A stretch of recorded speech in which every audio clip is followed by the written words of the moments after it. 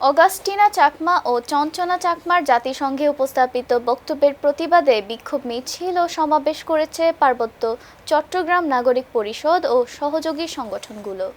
শনিবার ২৫ April Changi square থেকে শুরু হওয়া মিছিল শহরের বিভিন্ন সড়ক প্রদক্ষিণ করে শাপলা চত্বরে গিয়ে সমাবেশে মিলিত হয়।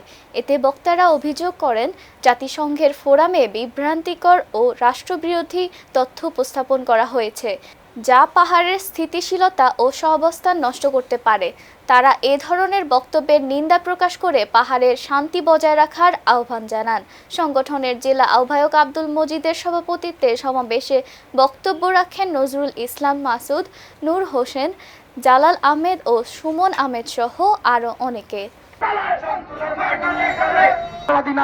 যার কোনো আইডি কার্ড নাই, যিনি কোনোদিন 21 ফেব্রুয়ারিতে জাতীয় দিবসে কোনোদিন শহীদ মিনার চট্টগ্রাম ছাত্র পরিষদের পক্ষ থেকে তার নিন্দা ও প্রতিবাদ জানায়। আপনারা জানেন